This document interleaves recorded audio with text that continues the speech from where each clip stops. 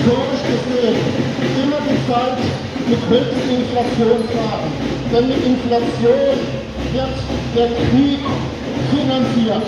Somit ist Krieg nicht nur raus an dem Fall, dass man überfällt oder die